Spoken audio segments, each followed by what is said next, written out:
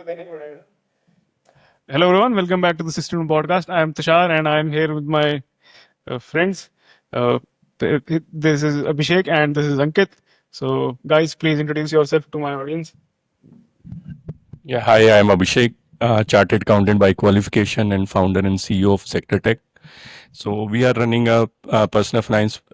We are building a personal finance platform for working individuals where we are helping them in their personal finance journey with the help of our recommendation system. Yeah. Okay. Hi, this is Ankit. This is my second time on a podcast with Tushar. So, a quick introductory. This is like Ankit. I am founding product member and product lead at Investmate. So, we are a wealth management company. We focus on high affluent investors, specifically in India and NRI, Indians abroad, that is NRIs. तो बस अब यहीं पे समाप्त करते हैं और हिंदी में शुरू करेंगे तो आज कॉन्वर्सेशन स्पेसिफिकली फोकस जो सबसे रिसेंट इवेंट्स चल रहे हैं जो वर्ल्ड में टर्मोइल मचा हुआ है श्रीमान प्रेसिडेंट ट्रम्प ने जो ट्रेड वॉर शुरू किया है तो उसकी वजह से फाइनेंशियल मार्केट किस तरीके से रिएक्ट कर रही हैं और वैसे भी इन जनरल पिछले साल अक्टूबर नवंबर से ट्रेंड इंडिया के मार्केट्स का ट्रेंड डाउनवर्ड्स ही रहा है तो दोनों ही फाइनेंशियल फील्ड में एक्सपर्ट्स हैं मैंने सोचा कि इनके साथ इंटरेक्शन करी जाए और इनसाइट्स गेन करी जाए कॉन्वर्सेशन स्टार्ट करते तो बताइए क्या चल रहा है मार्केट में एक बार Well, I think global markets are down average by 6%. So, but India is reacting. I also thought that India may will have a dip, but it will be kind of bought into. So that was very much evident. मतलब जिस दिन drop आया था, it kind of lost 1400 points opening gain पे.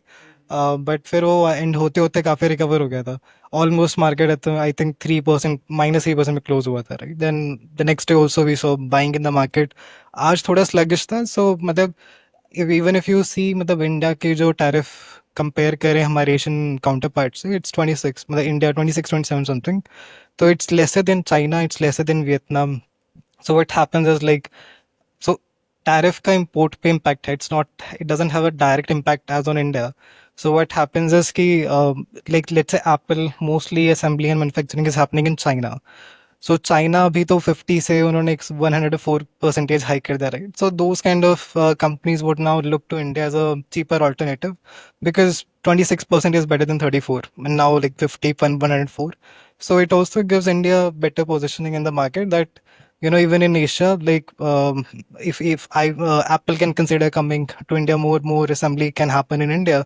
same way for similar companies so I think if there are some like auto components and pharma which are mostly impacted even energy but there are still sectors which will have like benefit which will take benefit from this thing and will have a tariff advantage because we are still lesser compared to our competitors like China and Vietnam so I think market has taken that positively but there's a lot of uncertainty like Trump likes making headlines right so every event is like मतलब एक बार impact होता है then investors understand how it's gonna go so I think we saw a dip but we will see some stability in the market still we have a lot of uncertainty but what happened was like Trump आया उसने announce किया कि हाँ इतना tariff उतना tariff सब लोगों ने टैरिफ का फॉर्मूला भी उसने पता कैसे निकाला है टैरिफ का फॉर्मूला है expo import minus exports divided by Yeah, trade deficit divided divide by 50 वो टैरिफ रेट है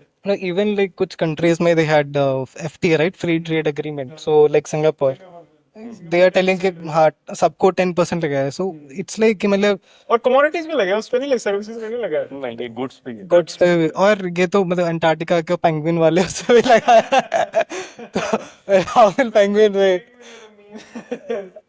that आइलैंड में रहता ही नहीं है McDonald's Island something something रहता ही नहीं है मेरे भी पता है।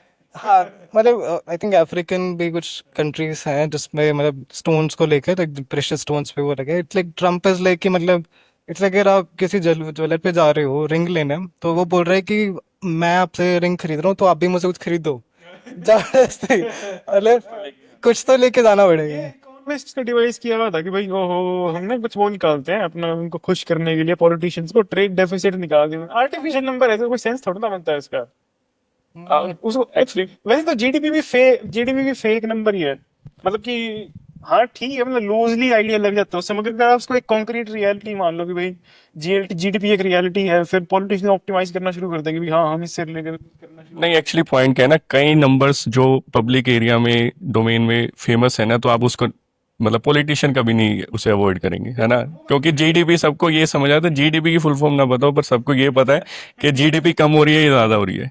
अभी अभी अगर आप देखो कि एफआईआई किस बेसिस पे आ रहे थे कि जीडीपी इमर्जिंग मार्केट है या जीडीपी बढ़ेगी, वो वाला पॉइंट है। अब हमें सितंबर 24 में हमने देखा कि small cap mid cap over valued है, मार्केट फॉल करना शुरू हुआ। अगर इम्पैक्ट की बात करेंगे तो जीडीपी का हमारा 1% के आसपास भी इम्पैक्ट नहीं आने वाला। बट द पॉइंट इसके इनडायरेक्ट इम्पैक्ट जब, हाँ हाँ हाँ, ट्रेड टैरिफ का है ना, तो पॉइंट इसका है उसमें अभी उन्होंने एक आईटी सर्विसेज भी रखी है बाहर, फार्मा भी बाहर रखी है। बट द पॉइंट इज के वो एक थियरी ये भी कह रहे हैं कि इट्स मोर अबाउट नेशनलिज्म जो ट्रम्प चाह रहा है अपनी कंट्री में करने के लिए, उसके वो स्टेप्स हैं। उसके रेपरकशंस के लिए उन्होंने क्या प्लान किया है वो थोड़े टाइम बाद ही सबको समझ आएगा। अभी जो जो वोलेटिलिटी है वो सिर्फ इस वजह से नहीं है टैरिफ लग गए हैं। वोलेटिलिटी ये है कि अगर आप आने वाले टाइम में रिसेशंस की तरफ जाते हैं तो कई नेशन ऐसे हैं जो बिल्कुल ही खराब करेंगे, राइट, और इसमें से यूएस सबसे एक नंबर 1 पे होगा। तो वो चीज़ें हमें जो देखनी है कि कैसे हम ओवरऑल इम्पैक्ट देखेंगे ग्लोबल लेवल पे रिसेशन का। और एक टसल भी है मैं कहूँगा चाइना और यूएस के बीच में, और वो जियोपॉलिटिकल भी है। 84% और अनाउंस कर दिया।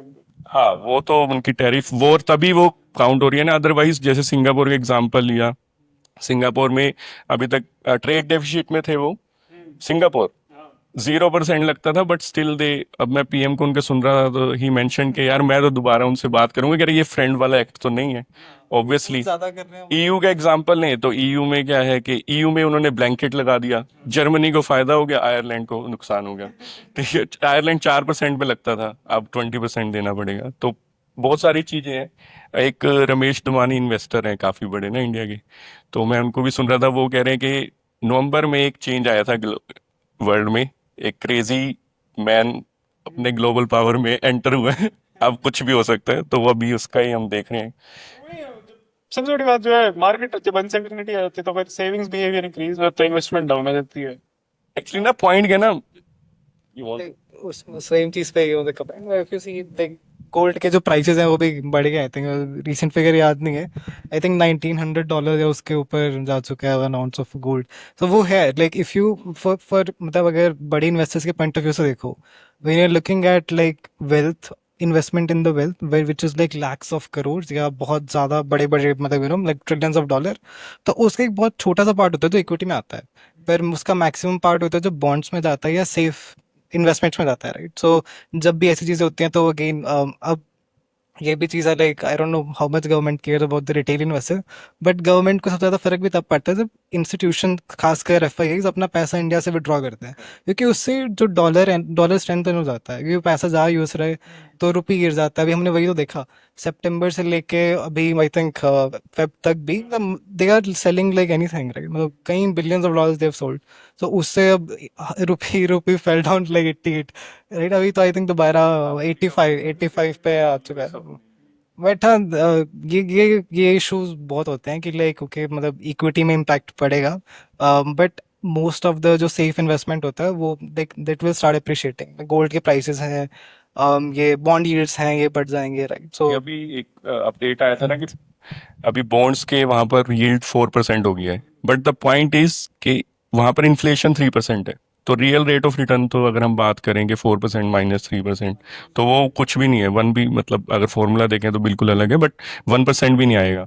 अब पॉइंट क्या है कि वोलेटिलिटी इतनी ज्यादा है ना, अगर मार्केट वाइल्ड होती है ना तो सेफ बेट, जैसे अंकित ने मेंशन किया ना कि वो चीज बहुत इंपॉर्टेंट है कि सेफ बेट्स में फिर आप बॉन्ड्स ही देखते हो कैसे गवर्नमेंट्स, और गवर्नमेंट चाहती है कि टैरिफ लगाने का सबसे बड़ा एक रीजन ये भी था कि कैसे यूएस अपनी इकोनॉमी में $1 ट्रिलियन एंटर करवाए, रिवेन्यू अर्न करना है उन्हें। रिवेन्यू अर्न करने का सबसे बड़ा पॉइंट था कि उन्होंने टैरिफ, रेसिप्रोकल टैरिफ मेंशन कर दिए हैं। इसमें ना, इसमें इसी कन्वर्सेशन चल रही है कि इनका इंटेंट क्या है। रेसिप्रोकल टैरिफ का तो मतलब ये है कि भाई तुम टैरिफ करोगे हम भी टैरिफ कर देंगे। Correct. मगर जो दो डिस्कोर्स, एक डिस्कोर्स तो ये चल रहा है, दूसरा डिस्कोर्स ये भी चल रहा है कि वो हर कंट्री से ट्रेड सरप्लस चलता है।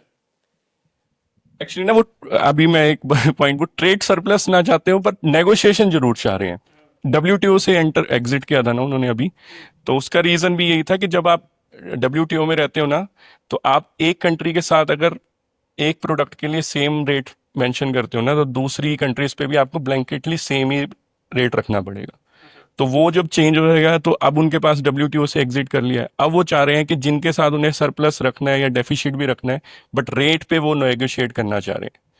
तो तभी वो कह रहे हैं ना कि everybody is like like falling on the knees कि अब बताओ मुझे नेगोशिएट करना है रेट। तो वो चल रहा है, वो एक एक है यार, वो बंदा वो इसी पावर भी इसी वजह से आया है वो, मतलब। और एक इसका एक चीज और ये ऐड कर रहे हैं कि भाई हम तो इनकम टैक्स उड़ा देंगे सिर्फ इससे टैरिफ से ही अपना, और एक्सटर्नल रेवेन्यू सर्विसेज नाम की नया डिपार्टमेंट होगा, और वो इसका टैरिफ टैरिफ रेवेन्यू सारी डेट पे ऑफ कर देगा।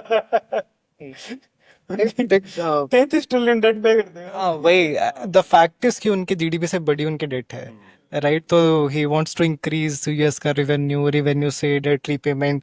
आई थिंक समहाउ मुझे लगता है कि subconsciously Trump wants to devalue dollar also. हाँ वो भी चलेगा। हाँ, ये rational- कोशिश यही है कि भाई कि फिर वो हो जाएगा, थोड़ा थोड़ा कॉम्पिटिटिव हो जाएगा डॉलर। एक्चुअली वो यही कह रहे हैं कि डॉलर अगर मींस लो जाएगा, स्ट्रेंथन नहीं होगा, तो आप दूसरी कंट्रीज को इंपोर्ट करना भी इजी हो जाएगा। प्राइसिंग मतलब ओवरऑल वैल्यू कम हो जाएगी। देख यूएस में इवन अगर ये मैन्युफैक्चरिंग था ना, जॉब्स बढ़ेंगे यूएस में, ये रेवेन्यू लोगों में, people will be winning, they'll be tired of winning. He was telling, right, कि मतलब हम थक जाएंगे जीतते जीतते, क्या बोलेंगे, we want to stop winning, we want to stop winning, but no, this is not a way. Rate देख के सबको हो गया। हाँ, एक्चुअली ना अभी एक पॉइंट ये भी है ना कि अभी द पॉइंट इज के America was quite hegemony in kind of a geopolitical side से। अब वो कैपिटलिज्म ट्राई कर रहे हैं कि कैपिटलिज्म साइड से हम कैसे हेजिमनी अपनी दोबारा से अचीव कर सकते हैं, मींस क्योंकि चाइना अदरवाइज कैपिटलिस्ट साइड पे, तो अगर आप देखो तो सबसे बड़ी कैपिटलिस्ट सोसाइटी कम्युनिस्ट होने के बाद भी तो चाइना ही है, राइट? तो उसके लिए अब यूएस को लगता है कि कैपिटलिज्म आने वाले टाइम में अब वो आए नेशनलिज्म प्लस कैपिटलिज्म का झंडा लेके आए, तो वो चीज भी एक लेवल पे लगता है कि इंटेंशनली सारी चीजें हो रही है। फिर इसका मतलब कि अब हमारा मतलब हमारी डोमेस्टिक मार्केट से तो ज्यादा इंसुलेटेड ही है, कुछ खास फर्क पड़ने नहीं वाला, या है कुछ फर्क पड़ेगा डायरेक्टली तो जो ये कह रहे हैं कि भाई इंडिया, मेरे को तो लगता है कि इससे कुछ खास मैन्युफैक्चरिंग में स्पर्ट आ जाएगा। जो ये कह रहे हैं कि हाँ, जैसे एप्पल ने कहा, एक कमिटमेंट्स दी कि भाई हम अपना इंडिया में मैन्युफैक्चरिंग इंक्रीज करेंगे, मगर मेरे को तो लगता है कि भाई ऐसा कोई बहुत ज्यादा, जैसे जो हमारी 10-15% के आसपास है जिसका इंडस्ट्री आउटपुट कंट्रीब्यूशन है उसमें। हाँ 18%। हाँ हाँ, मेरे को लगता है कि 25-30% क्रॉस कर जाएगा इसकी वजह से। नहीं, इतनी शॉर्ट टाइम में तो नहीं होगा, but we have to look after like जो दूसरे हमारे चाइना प्लस वन थियरी है, जो चाइना प्लस वन में जैसे वियतनाम आ गया, इंडिया खुद भी आ गया, तो उसमें यह है कि अब हमारा तो सिर्फ परसेंटेज ऑफ जो इम्पैक्ट है वो बहुत कम है। वियतनाम का आई गेस 2020, हाँ मीन्स काफी ज्यादा है वो तो, पर वो नेगोशिएट करने के लिए रेडी है क्योंकि उनके पास और कुछ है ही नहीं ऑप्शन। वो भी पॉइंट है। ऑप्शन काफी कम है उनका, तो ये सिमिलरली ताइवान ताइवान चाइना से प्रोटेक्ट होने के लिए यूएस को हेल्प चाहिए, यूएस की हेल्प चाहिए, देन अगेन उसको यूएस के साथ नेगोशिएट करना ही पड़ेगा। सेमीकंडक्टर के लिए वो करना ही चाहेगा, अदरवाइज वो भी इशू है।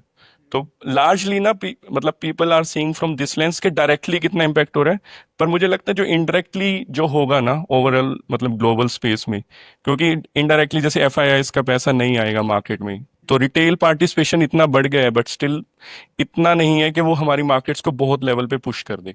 तो व्हाट वी हैव टू सी, मतलब मार्केट क्या वो किसी जोन वाइज फ्लैट ही चलता रहेगा या किसी जोन को पकड़ के उतना ही मतलब थोड़ा ऊपर चला गया थोड़ा नीचे चला गया, वो देखने वाली बात रहेगी।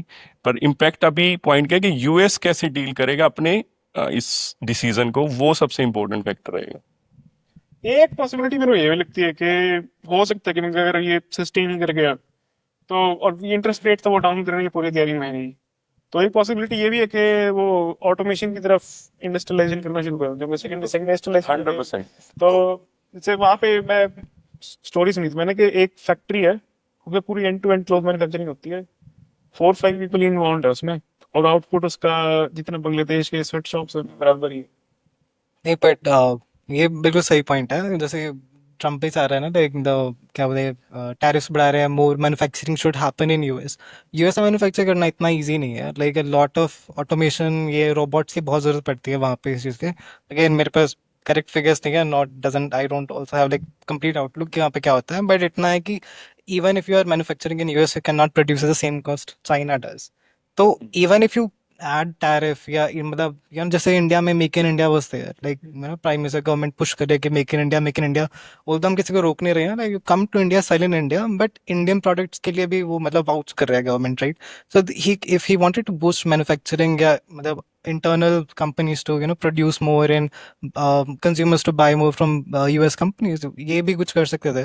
They could think like how internally without adding tariff how they could boost manufacturing and more consumption.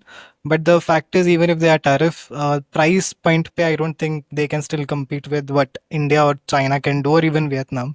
So if you give like 3 products to a no, even if you give clothing के लिए तो specifically Bangladesh की Vietnam, Bangladesh, like in चीजों के लिए, but like if you are a US citizen, like US consumer, you are going to buy something, let's say some clothes.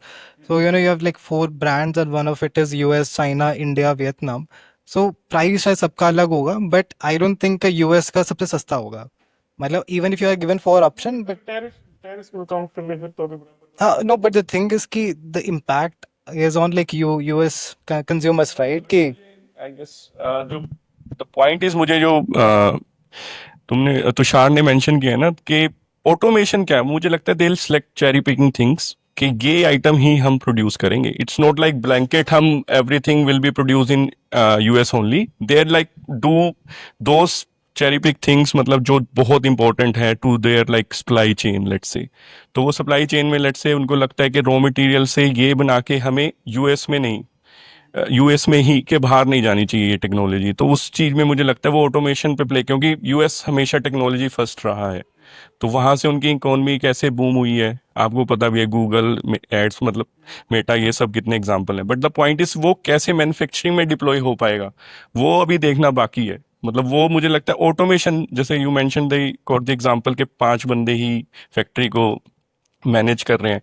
तो एक मैं अभी न्यूज़ रिपोर्ट में भी सुन रहा था, तो वो दे ऑल्सो मेंशन कि इट्स नॉट अबाउट कि वो अभी अपनी टर्म के लिए 4 इयर्स की जो टर्म है यूएस प्रेसिडेंट की उसके लिए बिल्ड कर रहे हैं. नहीं, जैसे हम अभी 2047 की बात करते हैं बीइंग इमर्जिंग से हम डेवलपिंग से डेवलप्ड कंट्री बनने की, सिमिलरली वो भी आने वाली जनरेशन्स के लिए they want to build something जो इन हाउस ही हो जाए. एंड मुझे लगता है वो ऑटोमेशन के थ्रू ही करेंगे. उससे मुझे लगता है चैनलाइज ज़्यादा होगा इकोनॉमी में.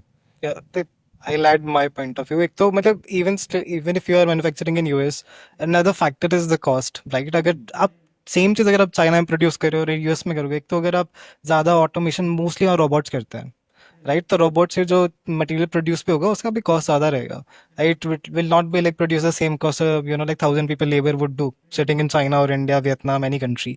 सो even if you do that, मतलब यूएस कंज्यूमर के लिए अभी भी वो मतलब प्राइस ज़्यादा रहेगा, and I think inflation won't go down. So again it factors like economy, market, like how much sales would go there. तो उसी हिसाब से लाइक उस साइड पे अभी इम्पैक्ट मतलब वो नहीं आएगा, क्योंकि लेबर आर्बिट्राज इंडिया और वियतनाम, चाइना जैसी कंट्रीज में बहुत स्ट्रॉन्ग है एज कम्पेयर टू यूएस. तो उस केसेस में हम ये नहीं कहेंगे कि यूएस इंडायरेक्ट मतलब अभी इमीडिएट इम्पैक्ट लेके आ जाएगा कॉस्ट कटिंग में. बट मुझे लगता है कि लार्जली अब चाइना इतना लेबर आर्बिट्राज नहीं रहा है, वो तो पॉपुलेशन ज़्यादा है, बट चाइना में भी इतनी लेबर आर्बिट्राज नहीं रही as compare to India and Vietnam. तो यूएस मुझे लगता है वो जो चाइना ने 10 इयर्स या 20 इयर्स में रन किया आफ्टर 2000s, तो आई गेस यूएस भी उसी साइड से रन करना चाह रहे हैं, क्योंकि उन्होंने बहुत वॉल्यूम पे प्रोड्यूस किया है. जब आप वॉल्यूम पे प्रोड्यूस करते हैं ना, cost efficiency somehow you will achieve, right? तो although Americans का right to live is quite different as compared to China, but still largely अब वही तो पॉइंट है ना कि क्या हाइंडसाइड में बोलना आसान रहेगा कि हाँ सही डिसीजन था या अच्छा डिसीजन नहीं था. बट मुझे लगता है कि वो ऑटोमेशन वाला पॉइंट अभी भी मुझे लगता है वो है. कॉस्ट शायद धीरे धीरे ग्रेजुअली कम आएगी. उस सिनेरियो में डर लगता है कि पता चले कि हम यहाँ पे अच्छे से इंडस्ट्रियलाइज भी नहीं कर पाए और दूसरे वहां पे अपना ऑटोमेट भी करके, और फिर हमारे पास सारी डोमेस्टिक डिमांड तक ही रहेगी सारी इंडस्ट्री, और हम बेसिकली हम आइसोलेशन में चले गए। हम बाहर वाले गुड्स इस वजह से इंपोर्ट नहीं कर सकते क्योंकि वो बहुत ही ज्यादा कॉस्ट कॉम्पिटिटिव है, और लोकल टेक्नोलॉजी हम अपग्रेड नहीं कर सकते क्योंकि हमारे पास बहुत ज्यादा लेबर सरप्लस है। तो मीन्स ये भी अगर हम नेक्स्ट नेक्स्ट डेकेड या नेक्स्ट टू नेक्स्ट डेकेड में अपने डेमोग्राफिक डिविडेंड का फायदा नहीं उठा पाए तो फिर हमारा यूथ अनएम्प्लॉयड ही रह जाएगा।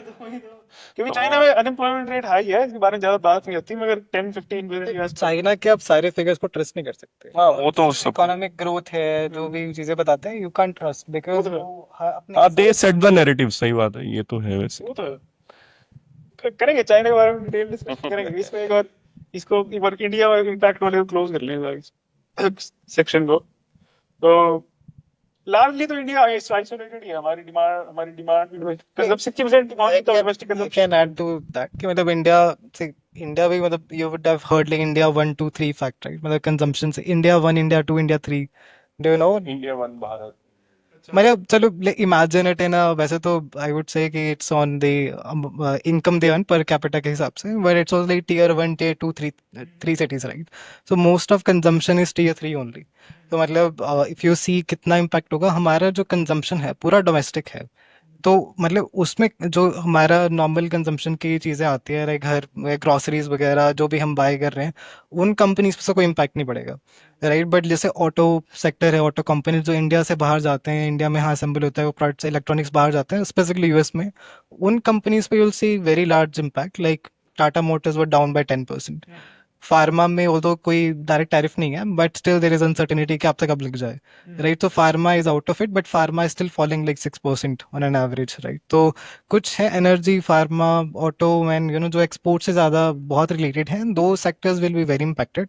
But the sectors which are like consumption driven within India, those companies are still do good. But अभी तो because it's too early to like measure the impact कि long term में या एक साल में कितना होगा। कि अभी हर स्टॉक में दिल भी collateral damage, क्योंकि FIIs है, ये जो फॉरेन इंस्टीट्यूशन है वो पैसा निकाल रहे हैं, तो ये तो नहीं है कि हम सिर्फ इलेक्ट्रॉनिक से निकालेंगे। They would want to exit from all kinds of investment they have done. So collateral damage will happen in sector which are even independent of tariff. So but I think even a month or two you will see the trend settling, right? Like consumption companies driven or like without not any impact of tariff will do good. So if you're planning for investments, I think that is the route you should see. Even if there is tariff, right? If you see जब ये news पे आई थी, government ने अपने सारे minister deploy कर दिए, like someone was in Europe, someone was in Asian countries, so they are finding alternatives. Even Indian companies would do, right? Like if you see Bajaj, Tata Motors, a lot of their market is not just in US, it's also in Africa, Europe. So they will also try to find alternatives, and how much will it impact in their revenue, right? That we will see in upcoming like their quarterly results, मतलब अभी जो आएंगे maybe अक्टूबर के आसपास. So then we will know कि okay, how much of impact is what these companies are doing. We are already hearing कि मतलब companies are thinking कि मतलब जो orders थे वो cancel हो रहे हैं, right? तो कुछ impact है, but काफी सेक्टर्स ऐसे हैं जो कुछ इम्पैक्ट नहीं होगा. So you look into those sectors specifically जो इंडिया 3 पे फोकस करते हैं. इंडिया 3 इसलिए मतलब टीयर 3 जहाँ पे सबसे कम they hardly earning like 10 to 12,000 a month. Agriculture is one of that. Agriculture like हम बचपन से मैगी खाता है. Do you know which company owns Maggi? Nestle, right? So Hindustan Unilever, Nestle, there are Indian homegrown FMCG products. And you can say private sector banks and financial services, that totally depends on the like how the market like interest rate of India changes and the growth prospect, right? RBI cut हुआ जैसे 25 basis point. The point is कि repo rate cut होना important नहीं है. अभी मैंने सुना नहीं है, मतलब कमेंट्री पढ़ना बहुत जरूरी है गवर्नर की. अदरवाइज आप ये सोचोगे आपका होम लोन सस्ता हो गया, ठीक है, अच्छी बात है, बट ओवरऑल मैक्रो लेवल पे इंडिया में क्या इम्पैक्ट आएगा, क्योंकि हमारा बेंचमार्क इन्फ्लेशन हमारा सही कंट्रोल में है. ग्रोथ नहीं हुई तो हमारे लिए इशू है. एज अंकित मेंशन के FIIs कौन से सेक्टर से पैसा विड्रॉ करेंगे वो सबसे इंपॉर्टेंट फैक्टर हो जाएगा. क्वार्टरली रिजल्ट्स में जब आप इन्वेस्टर प्रेजेंटेशन पढ़ोगे या फिर उनकी इन्वेस्टर कॉल्स आप अटेंड करोगे कंपनीज की, then they let you know कि ओरिजिनली हमारी कंपनीज पे कितना, जैसे टीसीएस का रिजल्ट आने ही वाला है कपल ऑफ डेज में, तो वी हैव टू सी कि आईटी सर्विसेज अपने बारे में क्या एक्सपेक्टेशन लेके बैठी है, क्योंकि आईटी सर्विसेज इंडिया में आउटसोर्स कर रही है एक्सपोर्ट। अब पॉइंट उसमें क्या है कि सबसे बड़ा कि वो डिस्क्रिशनरी स्पेंड है यूएस के लिए, यूएस की कंपनीज के लिए स्पेसिफिकली। तो आपका अगर ऑर्डर ही नहीं आएगा तो ऑटोमेटिकली चाहे टैरिफ लगे ना लगे, एक्सपोर्ट हिट होगा तो ऑब्वियसली यहाँ पर हमारी मार्केट में हिट आएगा ही आएगा। और तो है ही इंटरलिंक है ही, मतलब वो चीज। इंडिया का आईटी भी पूरा सर्विसेज डोमिनेटेड है, right. You don't have like India still as a country is not a product country. हमारी जो मतलब मेजर प्रोडक्ट्स भी हैं, I don't think they are of national importance या ग्लोबल अभी उनका कुछ है, but the problem is we are very service dominated country, centric country, right? So जैसे इन्फोसिस टीसीएस है like world's third second biggest companies, right? So और उनका biggest market भी यूएस, और इधर ये बैंकिंग सर्विसेज हो गई, तो कुछ भी होता है other, if something happens in banking in अभी recently we have seen like DOGE ने, जो डिपार्टमेंट ऑफ गवर्नमेंट एफिशिएंसी है, इलॉन मस्क का जो डिपार्टमेंट था, उसने बहुत सारे वो कट कर दिए थे जो प्रोजेक्ट्स थे एक्सेंचर को जाने थे। तो Accenture I think fell down like 8 to 6%, maybe I am wrong, I don't know the exact figure. हाँ हाँ, तो बहुत उसका इम्पैक्ट, इन्फोसिस 3% और ये टीसीएस वगैरह, you know, they fail down like hell. नहीं, ये होता है लाइक सी, मतलब ये सर्विसेज कंपेयर, फालतू में प्रोजेक्ट लगे बैठे थे। मतलब maybe he would have thought कि this is not important, right? इन मतलब उन डोज के उसके काउंसिल के जो भी होता है वहाँ पे उनके उसमें होगा कि हाँ ये इम्पोर्टेंट नहीं है, तो उन्होंने वो सारे कॉन्ट्रैक्ट्स काट दिए। इसमें मुझे फनी साइड याद आ रही है कि मैंने शायद कोड भी किया था पहले जब हम बात कर रहे थे, कि एक बार क्या हुआ, कंसल्टेंसी ग्रुप को प्रोजेक्ट दिया कि यूएस में डस्टबिन्स लगने चाहिए या कैसे एक गार्बेज को लेके कैसे सॉल्यूशन बिल्ड होगा। तो उन्होंने अपना टाइम लिया and like I don't know the numbers exactly, couple of $1 million का प्रोजेक्ट था। आफ्टर दे कंक्लूडेड के वही डस्टबिन अगर आप पाथवेज में लगा दोगे तो कचरा नहीं फैलेगा। तो मतलब पॉइंट इसके, फिर जैसे अंकित ने मेंशन किया कि अगर डोज ने कट करें तो ऑब्वियसली कहीं बिल्कुल ही रिडंडेंट प्रोजेक्ट्स होंगे जिसमें कोई यूज केस नहीं है, तो मे बी उस वजह से उन्होंने कट किए, तो वो तो है ही। बाकी लार्जली इंडिया में जो इम्पैक्ट वाला पॉइंट है वो कंजम्पशन पे बहुत डिपेंड करेगा I guess.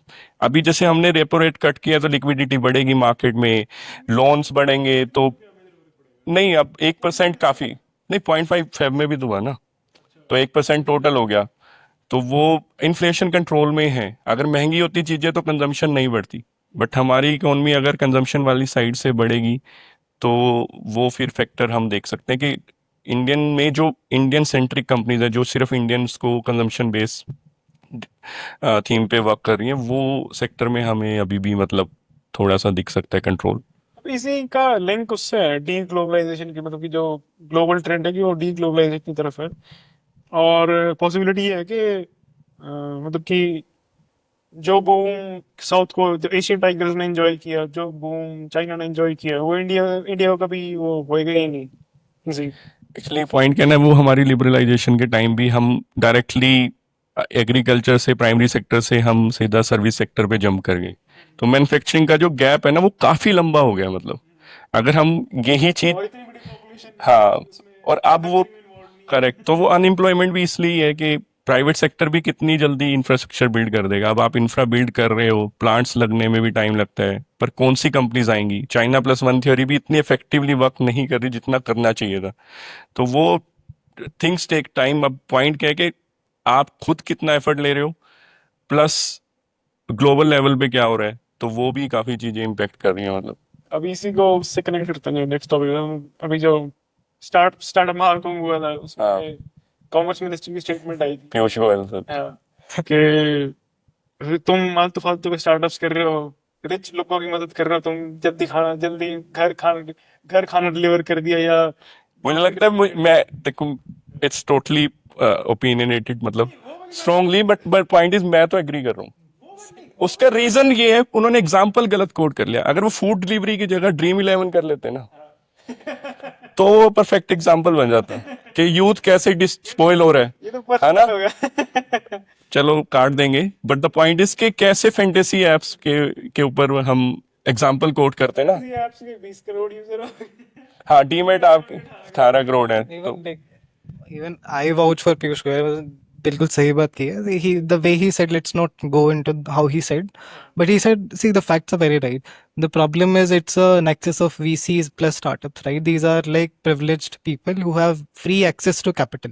Now they will go on some fancy ideas, normal idea. They'll burn cash. They will think, but they'll pass. Unka, like, the first thing in a startup pitch is how quick can you make me exit? So you don't even trust the company, like you don't want to stay there. You don't have any ambitions to make it big. But the only thing you want to do is, pump the money, pump and dump, right? You keep pumping the money, increasing the valuation, and then fair bone excess. It's like from startup founders to VCs, more VCs, then you have mutual funds, PE, तो finally आके IPO में चला गया, and then burden is on retail people, right? They'll do a lot of marketing कि हाँ IPO सबसे best है. Last में जाके it happens rarely. जो भी स्टार्टअप आईपीओ में जा रहा होगा उससे मतलब थोड़े टाइम पहले they become marginally profitable. Marginally profitable, they'll show in balance sheet कि हाँ अब हम वो हैं, because now you need to buy something to the retailers, right? So it's an access free capital to startups available from the VCs in their network. But and then मतलब that doesn't just give them the idea to think much more deeper. So मतलब इसमें मतलब innovation भी क्या है, like one app is giving 10 minutes, कोई कह रहा है 5 minute, कोई कह रहा है 8. See the plight of the delivery guy, right? मतलब under how much pressure would that guy would be, or she whatever, yeah, मतलब deliver करेंगे.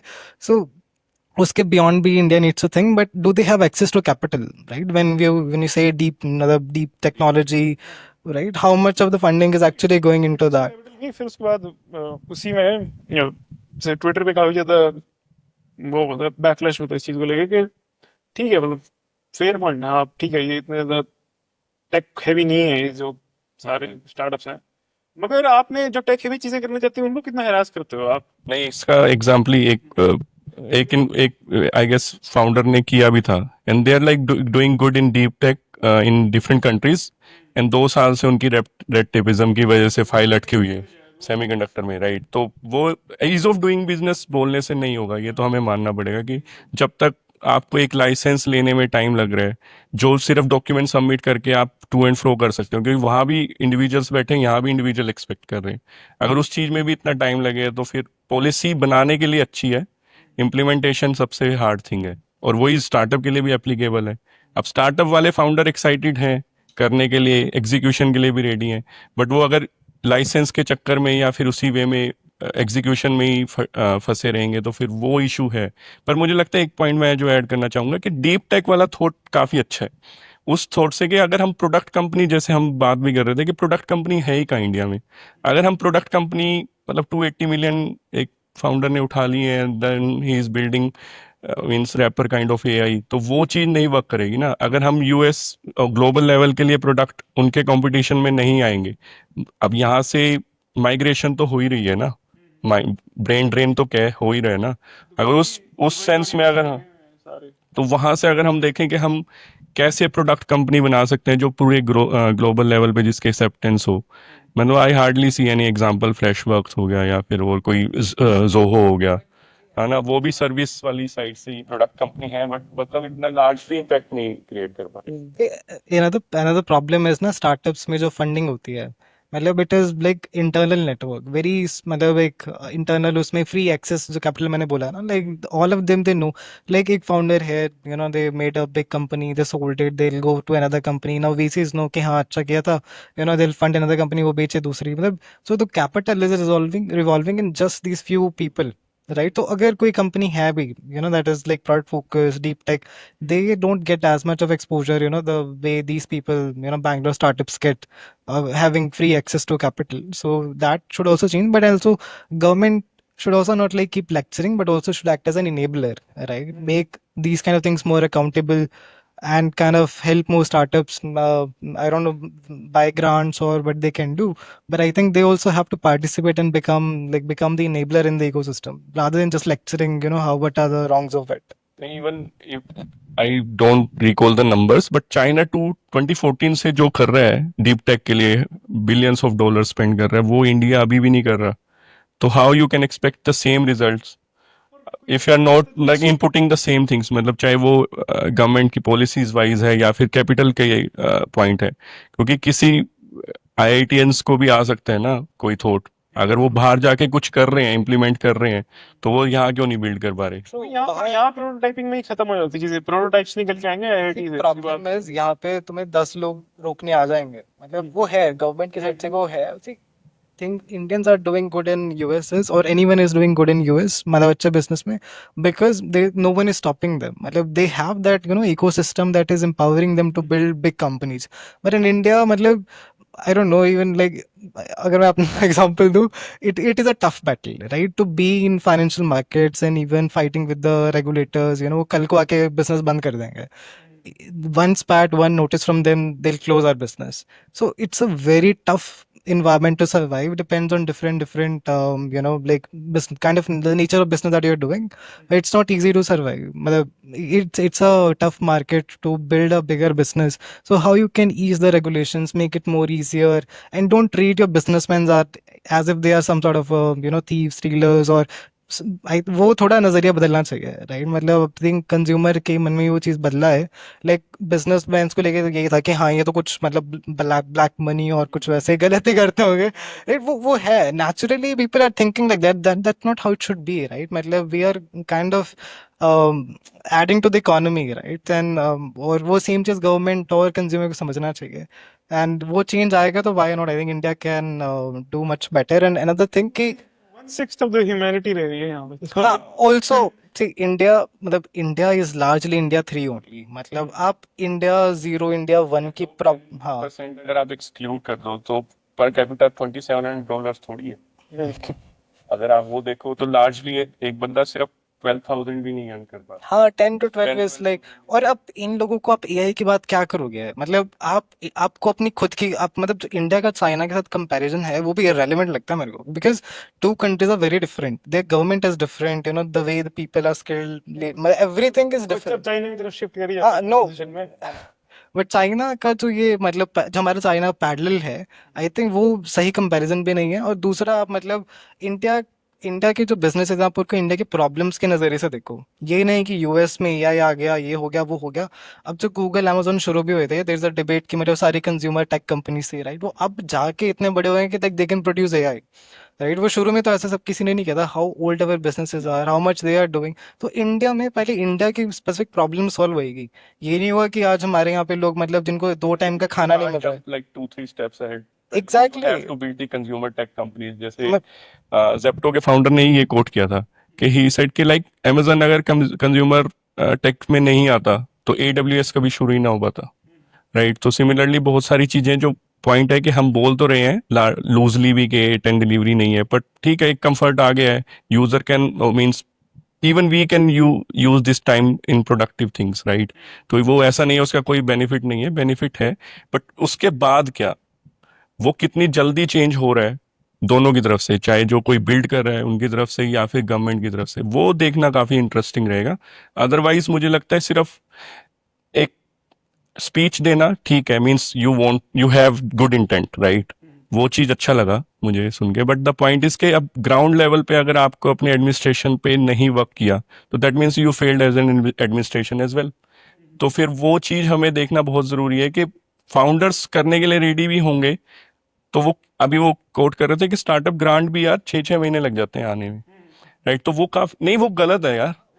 अब मेरा तो यार फंड अगर मेरे को अभी मिल जाए विद इन 3 वीक्स 4 वीक्स, तो मुझे पता है कि I can plan my another 5 months, right, road map मैं रन कर सकता हूँ।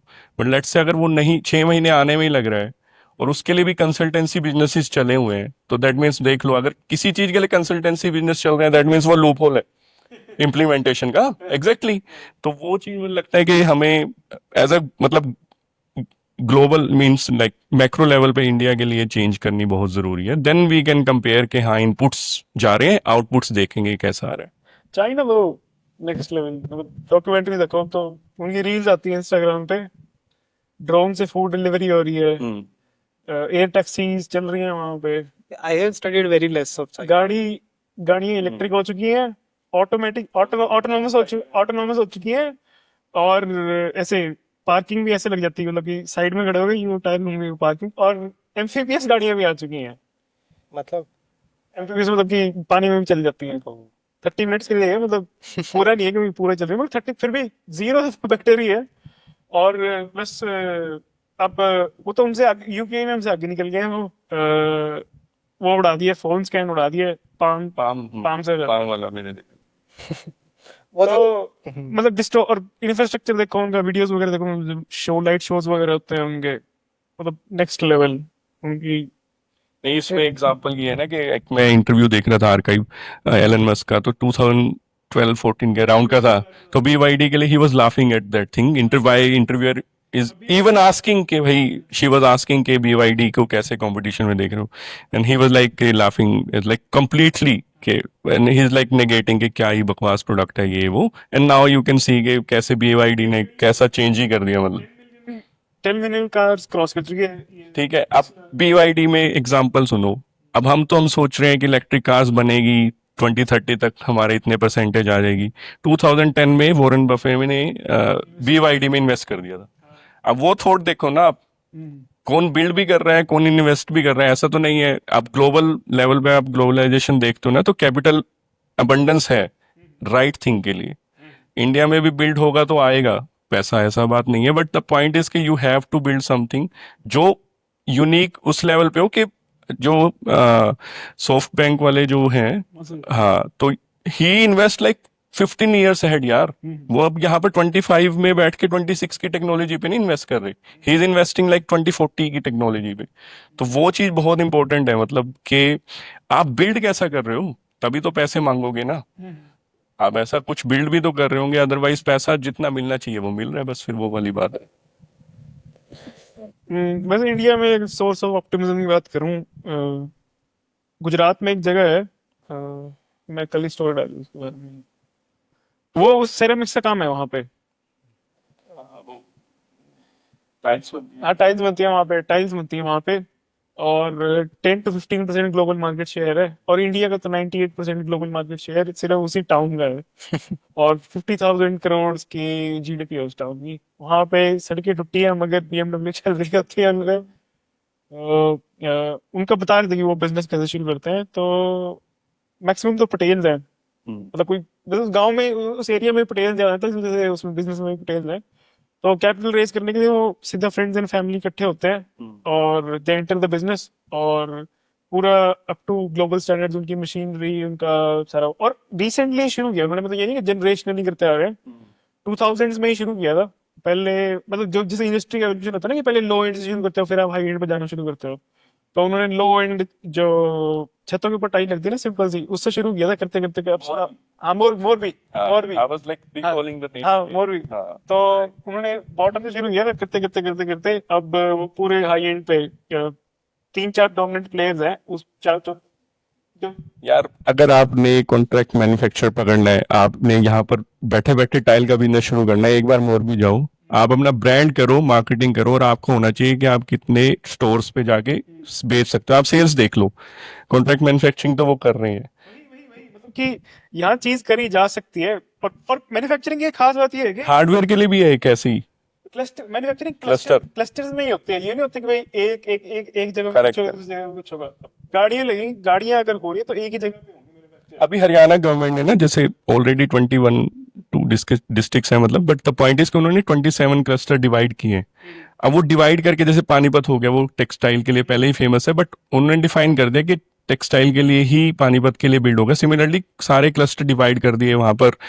अब किस बेसिस इम्प्लीमेंटेशन पेंडिंग है, द पॉइंट इज के वो अब विजन है, तो वो कैसे पैन आउट होगा क्लस्टर वाइज। तो जो हम देख रहे हैं कि दूसरी कंट्रीज में या फिर हमारी खुद की कंट्रीज में जो हब बन चुके हैं, जैसे मानेसर हब है हमारे लिए, तो वो चीज हम अगर पैन इंडिया या फिर पैन इंडिया में भी क्लस्टर वाइज अगर डिवाइड होके चला जाए, तो वी नो कि हाँ कैसे इकोनॉमी कैसे ग्रूम होगी। पहले तो आप एक स्टेट की ग्रूम होगी, राइट, और फिर उसके बाद जो दूसरे स्टेट लैग कर रहे होंगे वो गवर्नमेंट अब ऑटोमेटिकली जैसे एक्स्ट्रा स्पेंड करके कर सकती है। बट द पॉइंट इज कि वो प्लान बनने तो शुरू हो गए, अब इम्प्लीमेंटेशन कैसे निकल के आएगा वो वाला पॉइंट अभी भी देखना पड़ेगा। उन्होंने तो कुछ रिलाई नहीं किया, और उनकी एक और इंटरेस्टिंग, हाँ, उनका सिर्फ प्राइवेटाइजेशन था, मींस कंप्लीटली। उन्होंने अपना जिस पर्सन का इंटरव्यू था उससे पूछ रहा था कि आप कॉम्पिटिटिव कैसे हो, मतलब स्पेनिश और इटालियन मार्केट को डोमिनेट करते हैं इसमें। टैलेंट आया तो वो बहुत फेमस है, तो हम्म। वो कहता है कि वो 24 घंटे काम ही नहीं करते, हम 24 घंटे एक्टिव होते हैं, तो हम उनसे आगे निकल गए। सही पॉइंट। वर्क है, सिंपल सिंपल वर्क है, नंबर और डबल कर दिया तो फिर हम उनसे आगे हो गए, अवेलेबिलिटी हमारी ज्यादा होगी।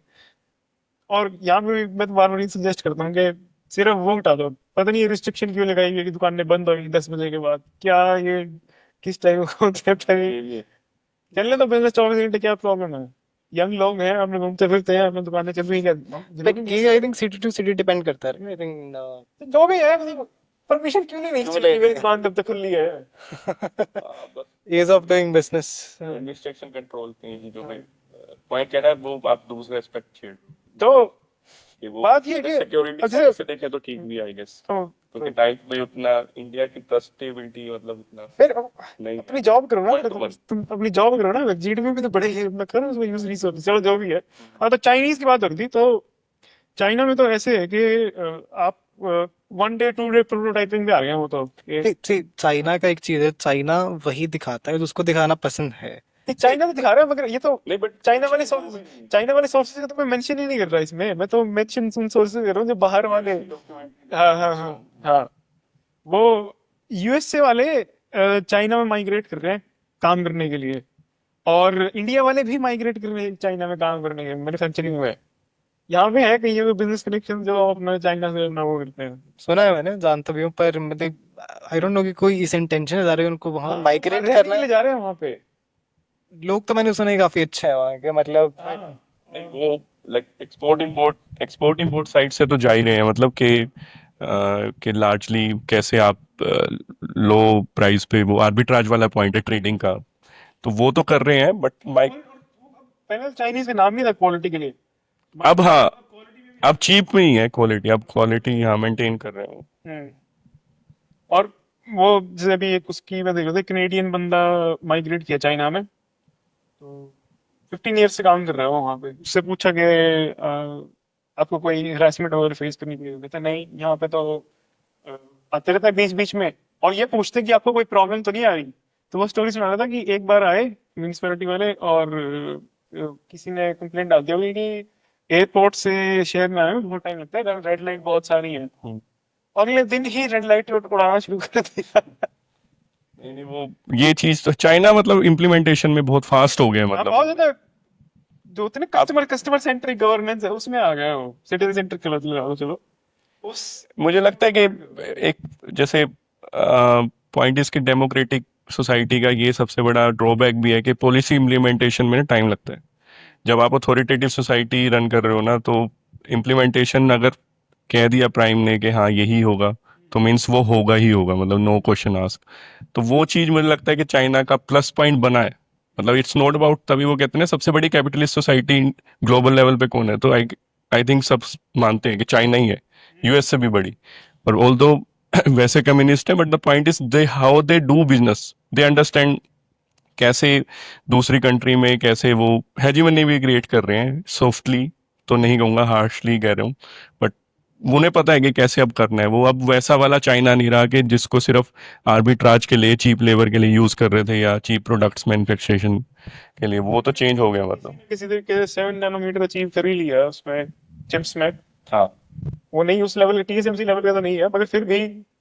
और सही रिजर्व, अगर रिजर्व की बात करो तो चाइना की लिथियम रिजर्व देख लो किसके पास ज्यादा है। तो वो चीज तो आप डिनाई कर ही नहीं सकते कि आपको कम, अगर जिससे पहले ऑयल था, ऑयल पे यूएस ने कर लिया था, तो इसलिए चाइना था ही नहीं कंपटीशन में। बट नेक्स्ट रिजर्व इसके लिथियम रिजर्व आप जब कर रहे हो, तो चाइना के पास सबसे ज्यादा रिजर्व है। Now he can play the monopoly part जब असली टाइम आएगा। अभी तो वो ही इज लाइक सेइंग के अडेप्टेशन बढ़ जाए ग्लोबल लेवल पे ईवीज का, बट द पॉइंट इज जब ओवरऑल मोनोपोली वाला पार्ट आएगा, then China has so many cards to play. वो वाला पॉइंट तो है। और सोलर पैनल में भी बात करें, सोलर पैनल हाँ जो कर जो लेके नीचे लेके आए थे, वो चाइना की बल्क मैन्युफैक्चरिंग के नीचे लेके आया था। तो चाइनीज का जो ये BYD की स्टार्टिंग ऐसी, मतलब उसकी चाइनीज का हमेशा यही रहेगा। जैसे अगर आपको दूसरी कंट्रीज में अगर बिजनेस नॉर्मली शुरू करना, तो आपको हाई एंड से लो एंड में जाना पड़ता है, क्योंकि आप पहले प्रीमियम कस्टमर डाल देते हो, फिर आप नीचे जाना शुरू करते। जैसे टेस्ला शुरू होएगी, वो पहले स्पोर्ट्स कार बेचेगी, उसके बाद फिर नीचे जाना शुरू करेगी। मगर चाइना में उल्टा है, वो लो एंड से शुरू करते हैं, फिर वो हाई एंड पे जाना शुरू करते हैं। तो Xiaomi शुरू हुआ। Xiaomi पहले अपना उस पे फोकस किया, लो एंड पे फोकस किया कि कोई चीप फोन, एप्पल क्वालिटी वाला फोन ही चीप प्राइस पे मिल जाए। और उसके बाद फिर उन्होंने हाई टीयर में जाना शुरू किया, तो लो टीयर वाले को रेडमी कर दिया और हाई टीयर वाला Xiaomi आ गया। मगर और ऐसी BYD के साथ होगी। BYD ने पहले अपना लो टीयर से शुरू किया और उसके बाद धीरे धीरे करते करते अब अपना उन्होंने वो से अलग कर दिया, लग्जरी वाला ब्रांड अलग कर दिया और अपना जो नॉर्मल चल रहा है BYD का वो अलग कर दिया। तो वहां पे तो अप्रोच ही अलग है, क्योंकि मैन्युफैक्चरिंग कैपेसिटी इतनी ज्यादा है। अब यहाँ पे क्या होता है, मैक्सिमम प्रोटोटाइप बना के क्यूट से प्रोटोटाइप बना दिया, मतलब मैन्युफैक्चरिंग नहीं कर पाते उसको। नहीं, इंडिया में वो एक था ना ब्रांड माइक्रोमैक्स करके, फेमस हुआ था। नहीं यार, हम जब यंग थे, मतलब इन द सेंस जब हम कॉलेज टाइम में थे, तब तो बहुत फेमस था। He it was like hot product, market में उसकी सप्लाई नहीं रहती थी, ब्लैक में बिकता था टू बी, तब वैसे था। बट उनका जो था, उन्होंने, अभी माइक्रोमैक्स जिंदा है वो अलग बात है, अलग बिजनेस कर रहे हैं, मुझे अभी सुनने में आया था। बट द पॉइंट इज कि हाँ, वो अलग दूसरों के कॉन्ट्रैक्ट मैन्युफैक्चरिंग में आ गए वो। अच्छा। हाँ, तो अब पॉइंट क्या है कि खुद ग्लोबल ब्रांड बन सकता था जो, तो वो चीज मतलब हम नहीं कर पाए। जैसे तुमने बोला कि शुरू तो अच्छा किया था और कैप्चर भी किया था मार्केट, एंड एक टाइम पे वो लाइक 20,000 प्लस करोड़ की वैल्यूएशन पे भी था। प्लस अब तो ठीक है जितना है, बट पॉइंट इज के वो हम अब नेक्स्ट स्टेज पे जो जाने वाला होता है ग्रोथ का, वो हम नहीं लेके जा पाए। वो भी एक सबसे बड़ा पॉइंट रहा है। और डेमोक्रेटाइजेशन प्रोडक्ट वाइज देखें तो चाइना ने ही किया है सेल फोन्स का। इंटरनेट का तो चलो हमारे पास राइट्स थे, तो इसलिए हमने कर दिया, एंड कई रिस्ट्रिक्शंस हैं, चाइना इसलिए नहीं एंटर कर पाता। बट पॉइंट इज के चाइना के पास अब डिप्लॉयमेंट स्ट्रेटेजी भी बहुत स्ट्रांग है, बट प्रोडक्ट्स ही ऐसे हैं कि आप compete, वैसे अब एपीआई का एग्जांपल है, आप कोई भी मेडिसिन बननी है एपीआई चाहिए उसके लिए, तो कहाँ से आ रहा है इंपोर्ट? सिर्फ चाइना से, सिर्फ चाइना से। उनका प्राइस डोमिनेंस है, जितना वो कहेंगे उसके बाद हमारा प्रोडक्ट का प्राइस हाइक आएगा, लो आएगा, वो वाला पॉइंट है। आप अपने आप को चाइना प्लस वन में बोल रहे हो, बट कई सारी चीजें, मतलब आप प्लांट लगा लो एपीआई का, आप वो मैन्युफैक्चरिंग कॉस्ट लेके आ ही नहीं सकते जो वहां से इंपोर्ट के टैक्स के ड्यूटीज के बाद मिल रहा है आपको। तो वो बहुत बड़ा, मतलब हमें देखना पड़ेगा कि कैसे हम इन चीजों को भी चेंज मतलब लेके आ सकें। फिर इसका मार्केट में कैसे कनेक्शन होता है कि मार्केट में जिसको अपॉर्चुनिटीज देखनी है कि भाई मैं इन्वेस्ट कहाँ पे करूं, तो इन सारी चीजों को काउंट करते हुए उसको किस किस डायरेक्शन में सोचना चाहिए? मैं मतलब I don't have a China factor इसमें उसके लिए, मतलब but one of my favourite investor is Peter Lynch, मतलब he is a well known investor.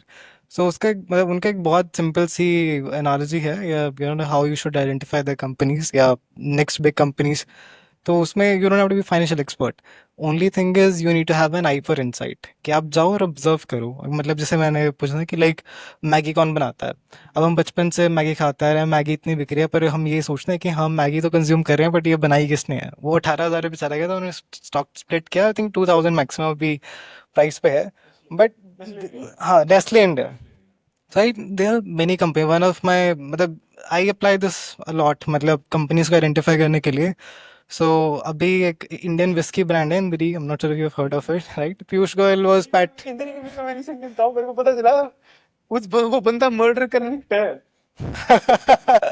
Murder convict है, 2006 में वो कन्विक्ट हुआ, 14 इयर्स की जेल काट के आया, उसके बाद फिर 20 में शुरू किया उसने ब्रांड। वैसे करनाल में ही है। डिस्ट्रिक्ट है। हाँ, और उसने एक मॉडल का मर्डर किया था इस उसमें कि वो उसको पता नहीं ऑफर नहीं कर रही थी, ऐसा कुछ था। तो मतलब वो स्टूपिड सा केस था। उसके बाद फिर वो आया और अपना ब्रांड शुरू किया, और अब माउंट ग्लोबली रेटेड है। उस I don't have a comment on that, but ये है कि that was like 100 rupees, it went to 1,000, even more came down. So even company ने अच्छा किया, right? The sales, मतलब government is getting a part in parliament, और मतलब they are really doing good, and I personally also I like Indri, it tastes amazing, right? So you need to find companies like that. You don't have to be a financial expert, but आप अपना conviction build करो। Observation Observation, के like बहुत जरूरी है। अगर जैसे एक पॉइंट मेरे को लगता है कि अगर आप जैसे मैगी तो बहुत इजी एग्जांपल है, आप पूछो पैराशूट किसका, मैरी को पता ही नहीं है किसी को, राइट? सिमिलरली फेविकोल सबको पता है, पिडिलाइट नहीं पता, है ना? तो पॉइंट क्या है कि अगर आप वो चीज आइडेंटिफाई करोगे कि हाँ कैसे ईवी में कितने पार्ट्स लग रहे हैं, कौन सी कंपनीज कौन से सब parts, auto parts, ancillary parts बना रही है, अगर आप वो पढ़ के फिर या तो टॉप डाउन अप्रोच पढ़ो या फिर bottom up, right. Bottom up में आपको इंडस्ट्री स्पेसिफिक पता होना चाहिए कि ये सेक्टर मुझे पता है, मैंने लेट से फाइनेंस पढ़ा हुआ तो मुझे बीएफएसआई सेक्टर समझ आता है, आपने मैकेनिकल इंजीनियरिंग की है तो ऑटो सेक्टर आपको अच्छा समझ आ रहा होगा, मतलब वैसे ही। बट ऑब्जर्वेशन स्किल कहीं से भी निकल के आ सकते हैं, बट आप उस पर फिर डीप डाइव कर सकते हो।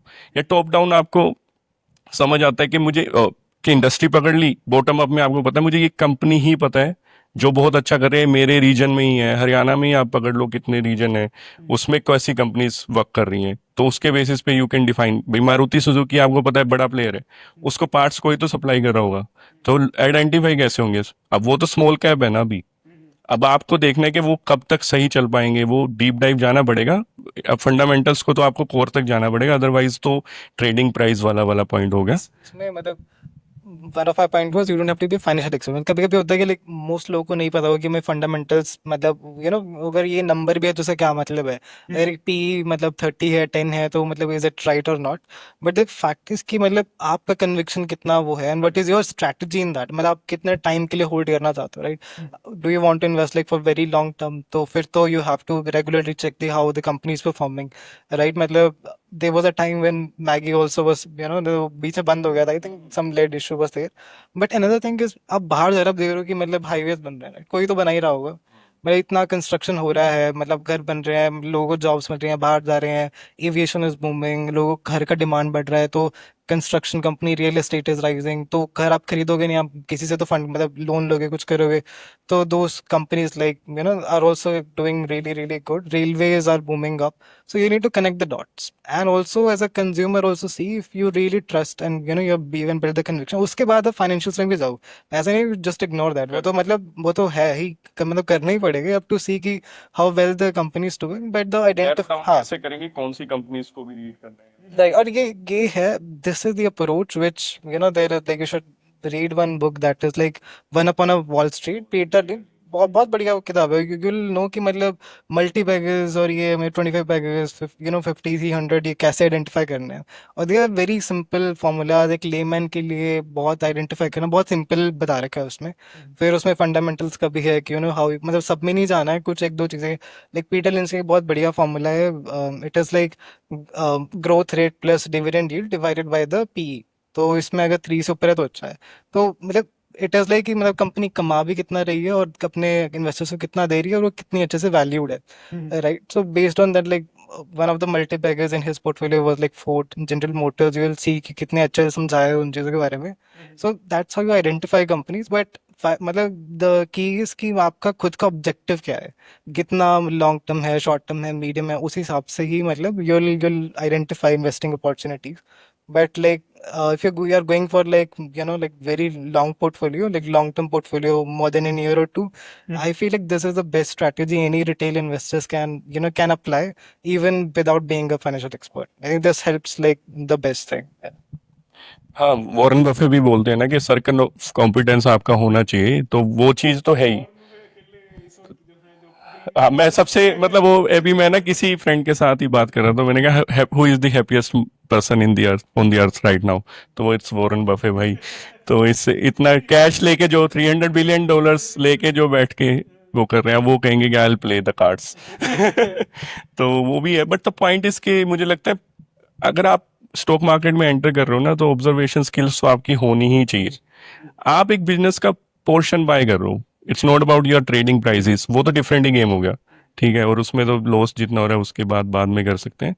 बट द पॉइंट इज कि इन्वेस्टमेंट तो सिर्फ आपको ये देखना है कि how you want to buy up one share of a company जो मैं खुद नहीं बिल्ड कर पाया, बट मुझे लगती है इंटरेस्टिंग है और मेरे पास इतनी कैपिटल नहीं है, तो मुझे उसकी ओनरशिप चाहिए।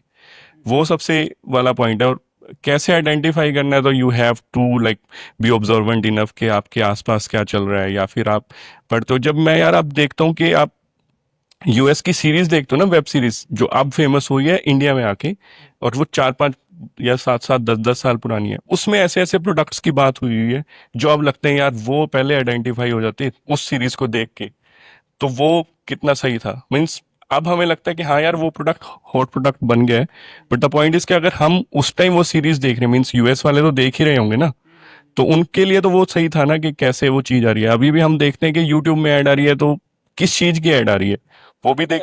It's more like a mindset shift. हाँ कि आप मतलब you are not just being a consumer, but true investor is कि you are also being a consumer, but thinking how you can capitalize on it, Correct. right?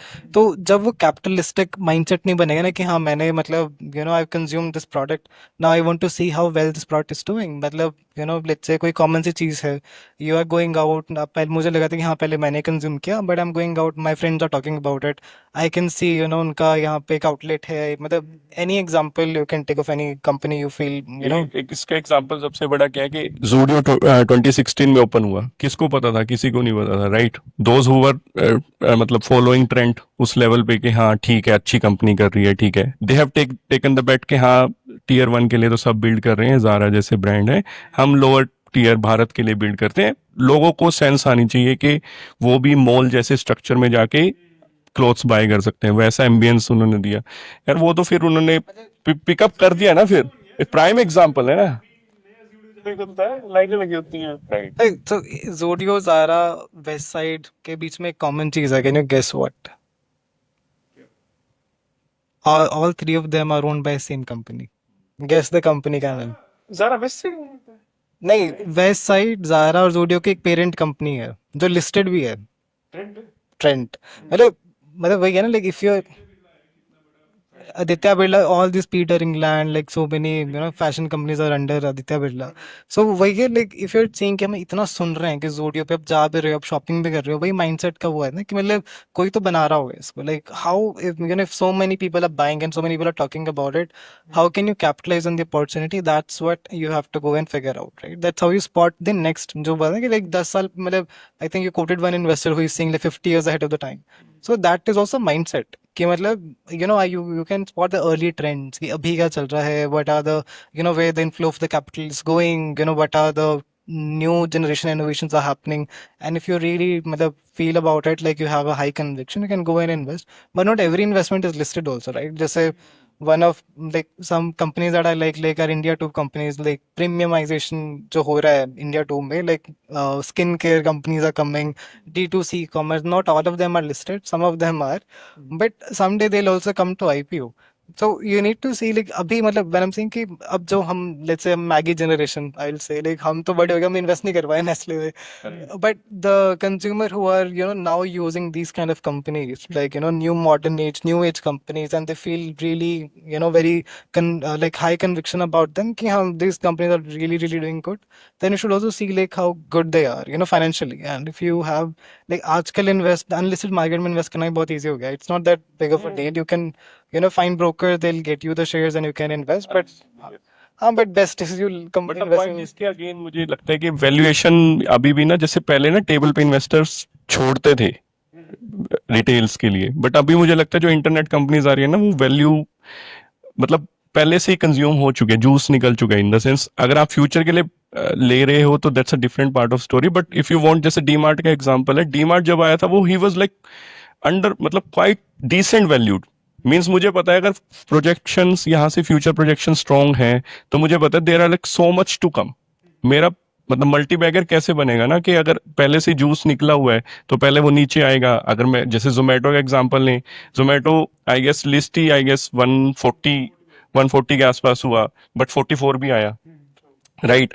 अब मुझे तो 44 अगर नहीं आता तो मेरे लिए तो नहीं था, और जो थे ऑलरेडी 120 या 140 के राउंड लिया हुआ जिन्होंने, तो वो ट्रैप भी हुए। अब वो पेशेंस भी जरूरी है इन्वेस्टमेंट में। अब वो सही पॉइंट पे, पहले मुझे लगता था सिर्फ क्वालिटी मैटर करती है, प्राइस इतना नहीं, पर वैल्यूएशन बहुत मैटर करती है।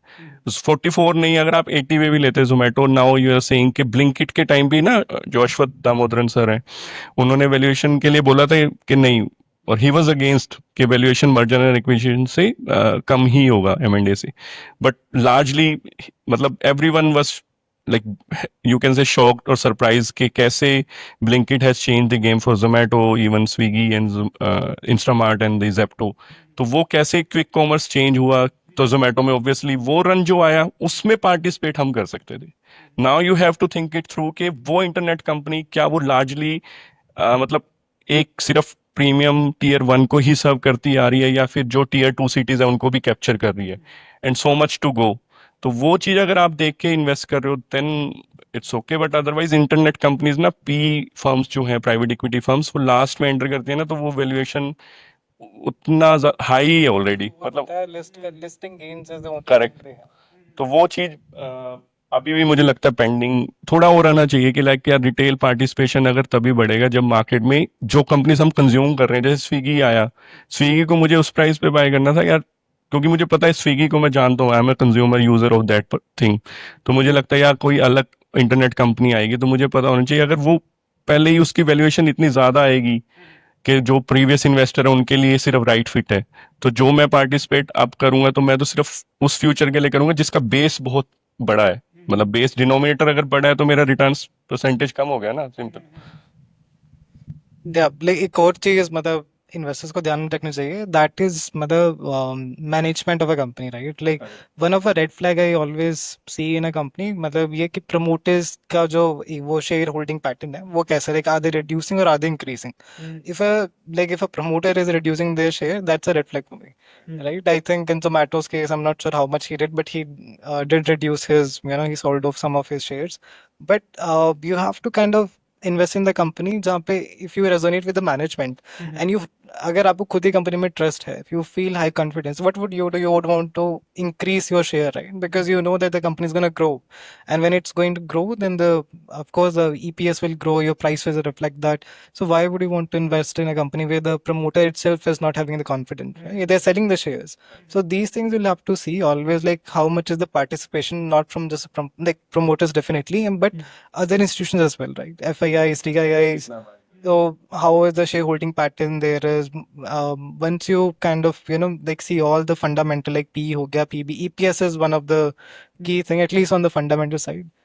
But oh yeah, like promoters का shareholding is also one of a very important factor to see in the the point is कि मुझे लगता है लार्जली जो लास्ट ईयर में आईपीओज आए हैं अब वो रुक भी गए जो आने वाले थे, क्योंकि अब मार्केट थोड़ा टर्मोइल था, like. But the point is कि अगर आप देखोगे ना कई आईपीओज में सिर्फ ऑफर फॉर सेल है। ऑफर फॉर सेल मतलब कि जो एग्जिस्टिंग शेयर्स हैं वो हैंड्स एक्सचेंज कर रहे हैं, रादर देन अगर आप बोलो कि मैं नया आईपीओ लेके आ रहा हूँ, तो जहां पर प्राइस हम नए शेयर इशू कर रहे हैं, नया अमाउंट आएगा जो कैपिटल डिप्लॉय होएगा। अदरवाइज तो आप एक ऑलरेडी एग्जिस्टिंग इन्वेस्टर हो या प्रमोटर हो, अब मैं रिटेल इन्वेस्टर हूँ, हमने आपस में हैंड एक्सचेंज कर लिए, मैं उस कंपनी का मालिक बन गया जिसमें ऑलरेडी एक्स्ट्रा पैसा नहीं है, जितने एग्जिस्टिंग अमाउंट पड़ा है उसी से ही बिजनेस होगा।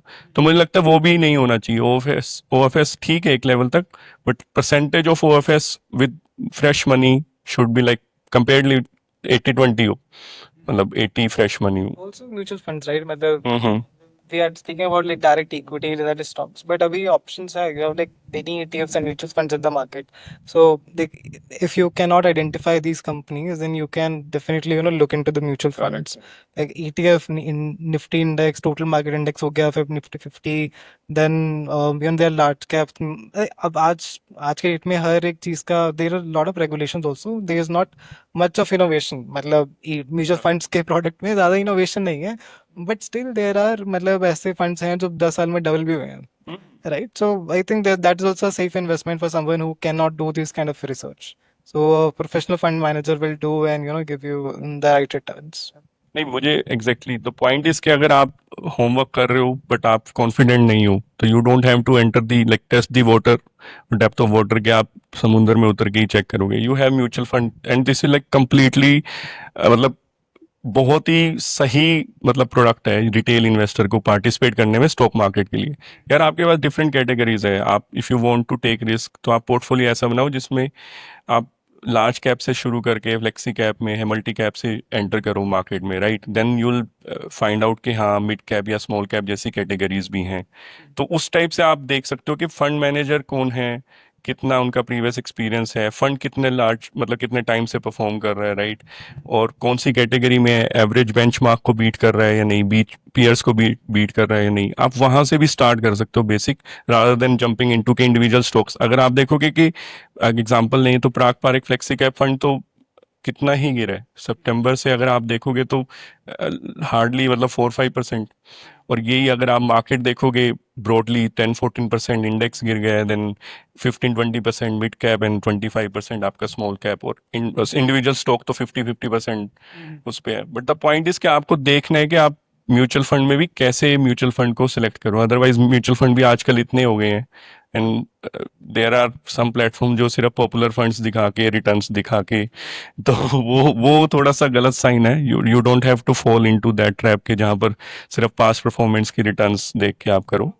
एक और चीज है, लाइक कोविड के बाद से तो मतलब because index is going up, even the fools are thinking then they are very smart because every stock is rising. So आप सोचते हैं कि हम एक्सपर्ट हैं. एक्सपर्ट हो गया. That is a very big problem, right? मतलब it's like Indian, even if I see ना इंटरनेट पे, मतलब most of them are like just searching for tips कि ये buy कर लो वो buy कर लो.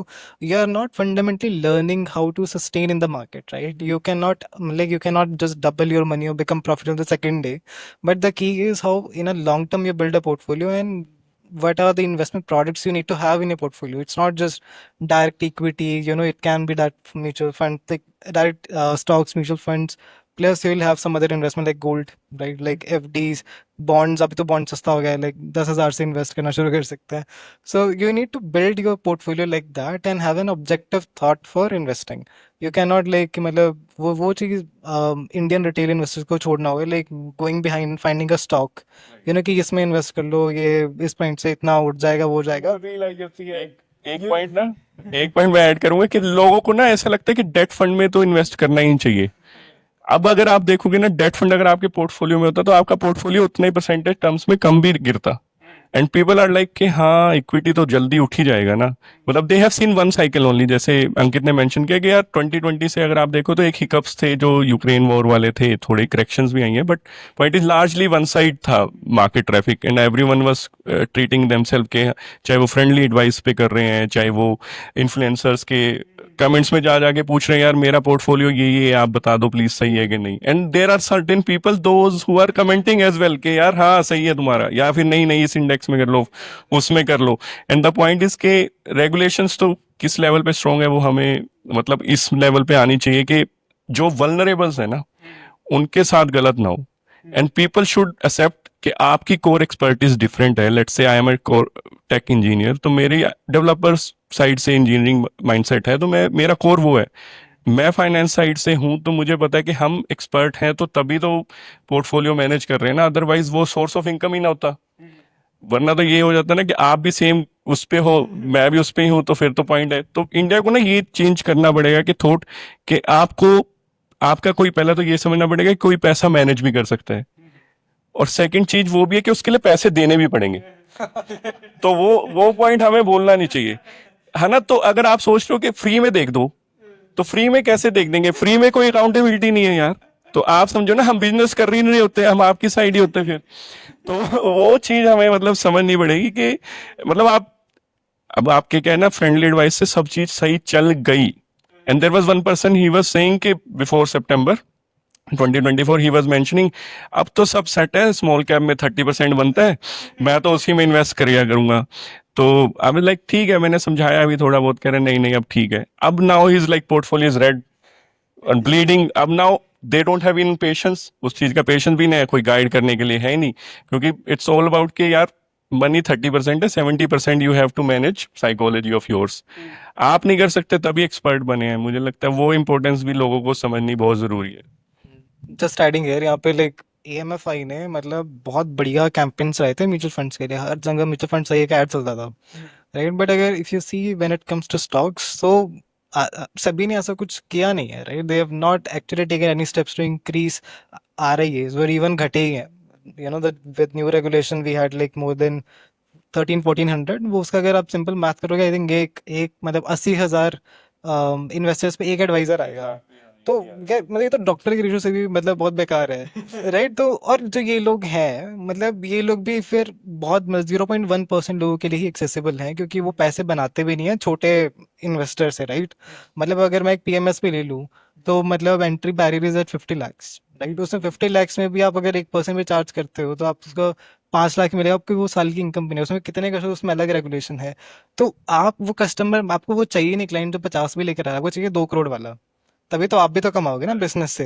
तो ये बैरियर इतना बड़ा हो चुका है कि लोगों को ये पता ही नहीं है कि अगर हम बीमार हैं, हमें तो पता है कि हमें डॉक्टर पे जाना है. अभी फार्मा एग्जाम मतलब एग्जांपल देता हूँ कि इट्स लाइक अगर आपको खांसी हो रही है, लाइक आप गए, अपने ब्रोकर हो गया आपका केमिस्ट, आपने आप गए एजिथ्रोमाइसिन ले ली कि एक हफ्ता हो गया खांसी ठीक नहीं हुई, फिर अमोक्सिसिलिन ले ली, फिर मतलब ऐसे एक महीना सिलसिला चलता रहा, तब जाके टेस्ट किया, डॉक्टर बोला कि ये तो एलर्जी था, अब आपको शायद सिट्राजीन या कोई और दवाई लेनी पड़ेगी। तो वो चीज़ तब आती है मतलब इन्वेस्टर्स के साथ में, जब आप एक्चुअली पेन से गुजर जाते हो।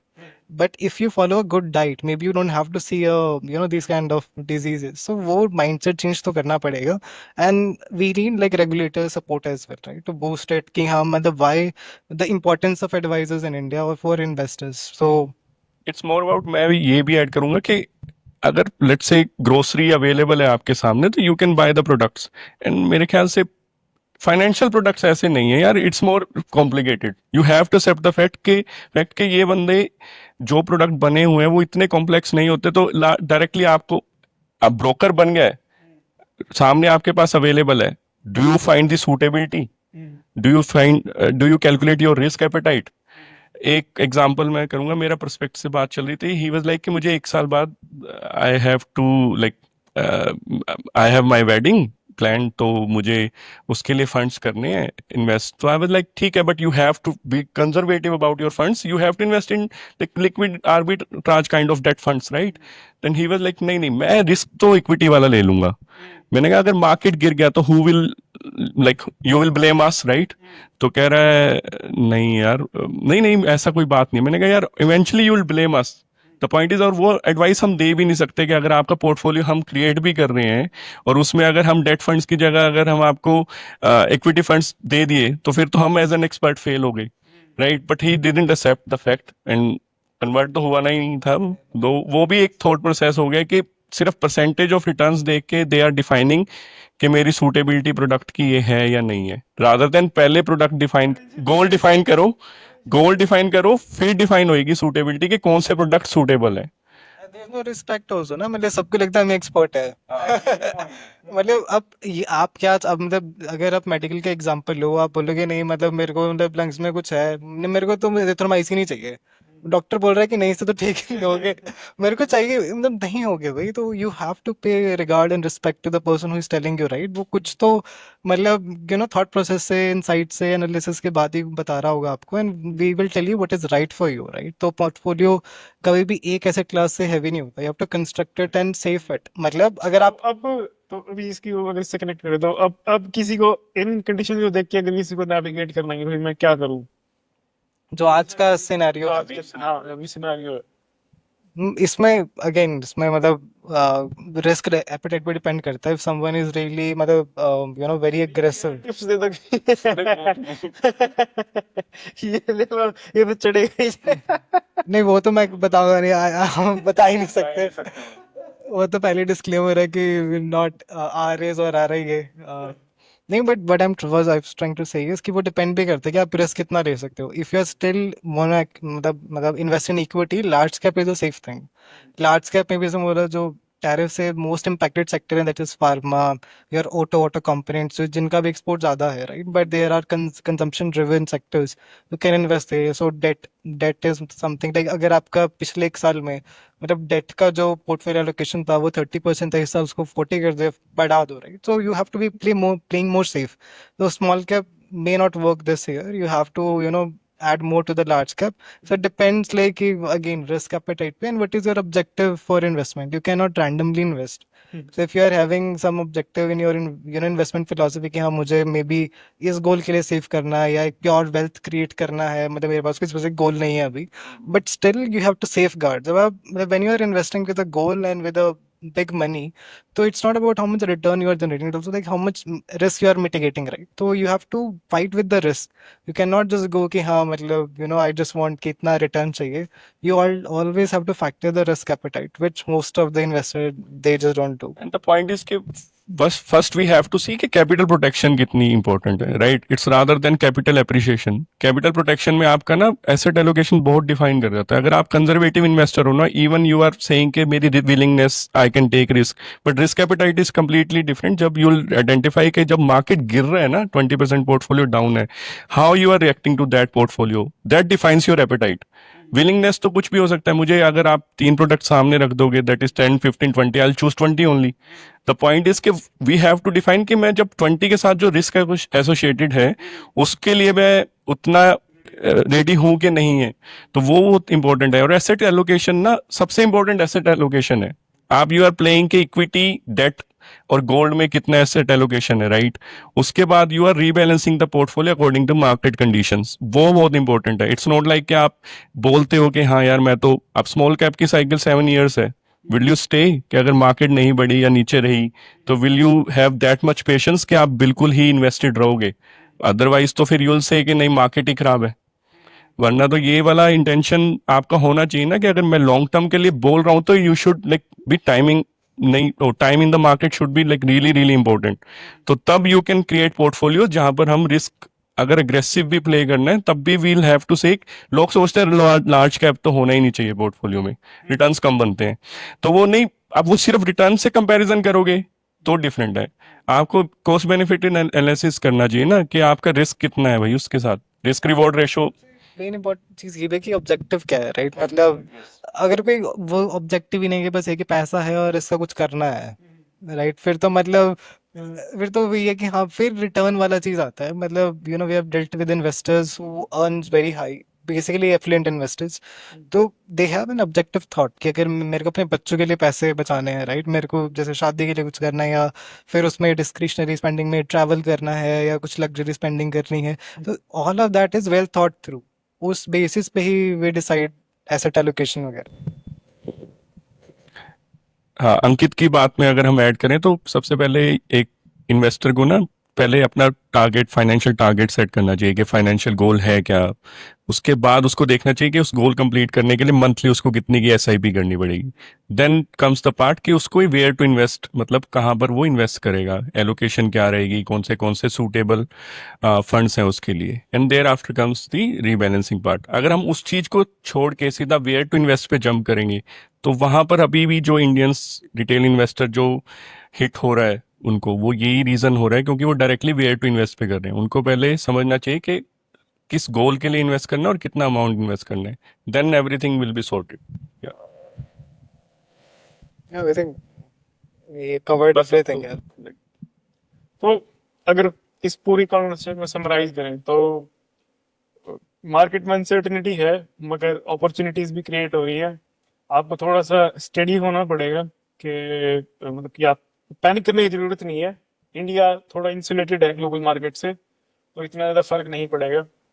और जीडीपी में हार्डली 1%, 2% का ही फर्क पड़ेगा। इवन लेस देन 1% का फर्क है, 0.3 समथिंग। क्योंकि हमारी मोस्टली इकॉनमी डोमेस्टिक ही है डोमेस्टिक कंजम्पशन ड्रिवन, राइट। और इंटरेस्ट रेट डाउन डाउन हुआ है तो थोड़ा सा पॉजिटिव टर्न है।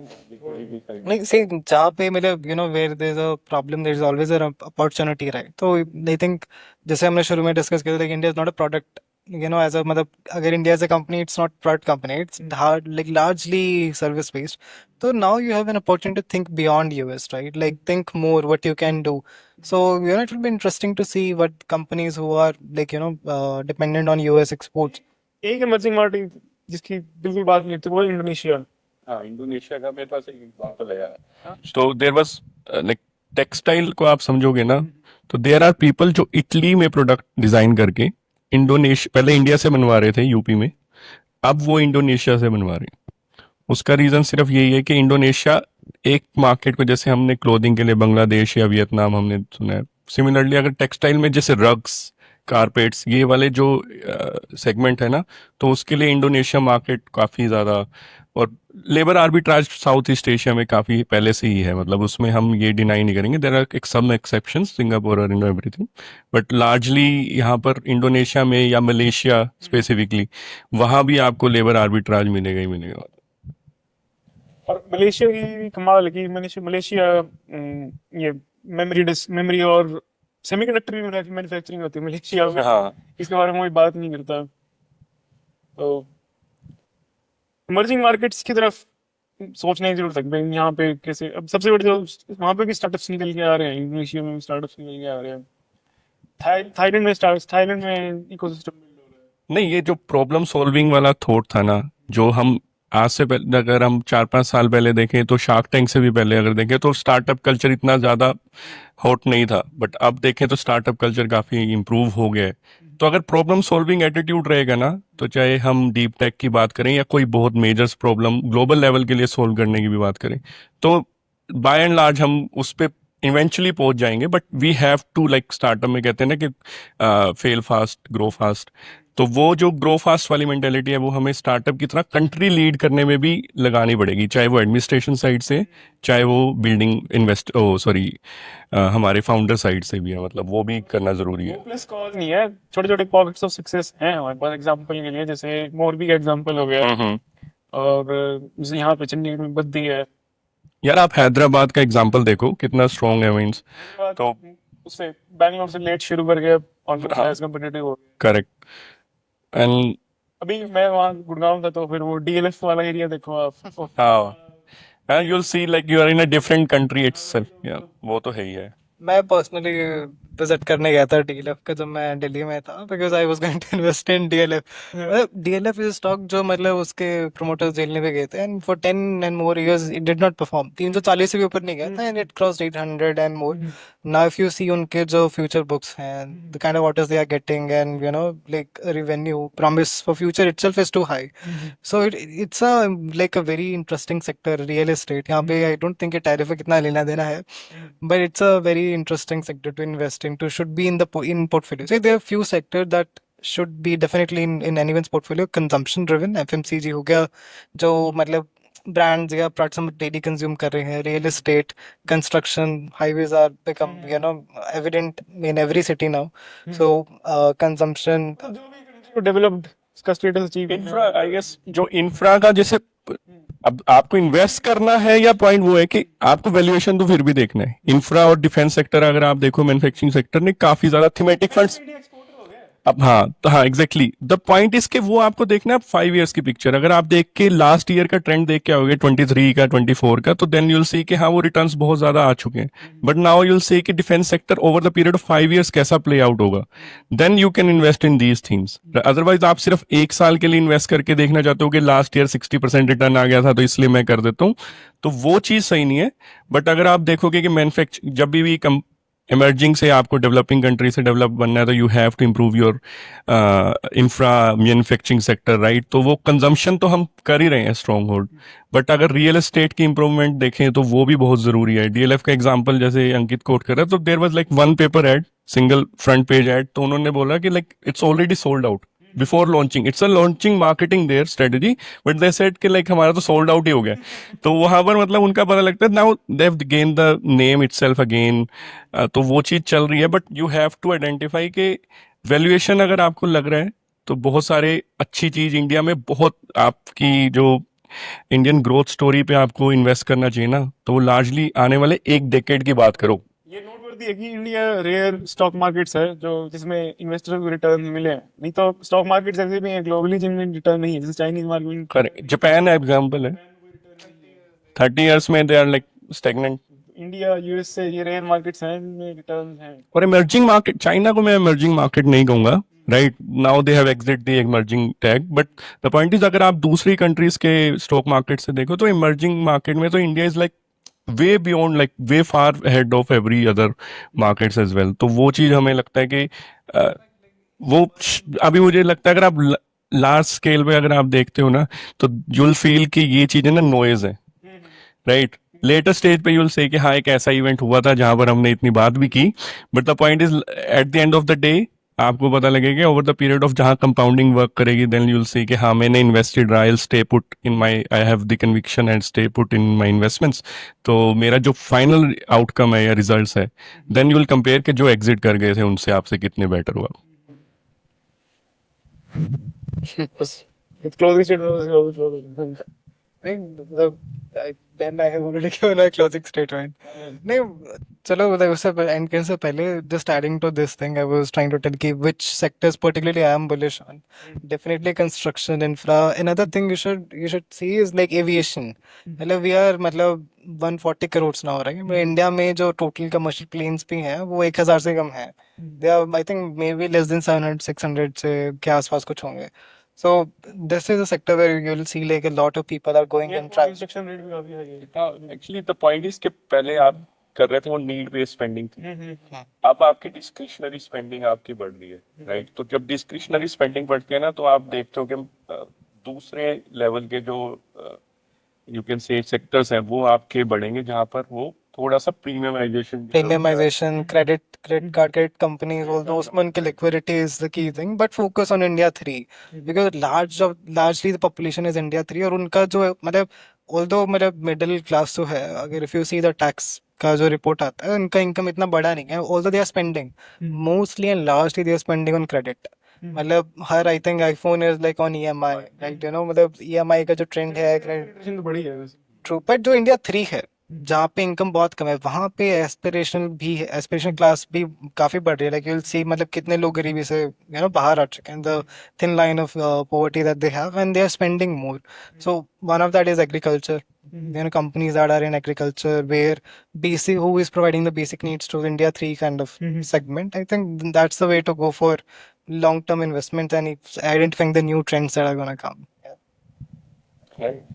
ठीक है, तो बस लास्ट में आके ये है कि be observant and opportunities are still there, this is just temporary noise. Correct. ठीक है, thank you for joining. Yeah, thank you so much for having us. Yeah.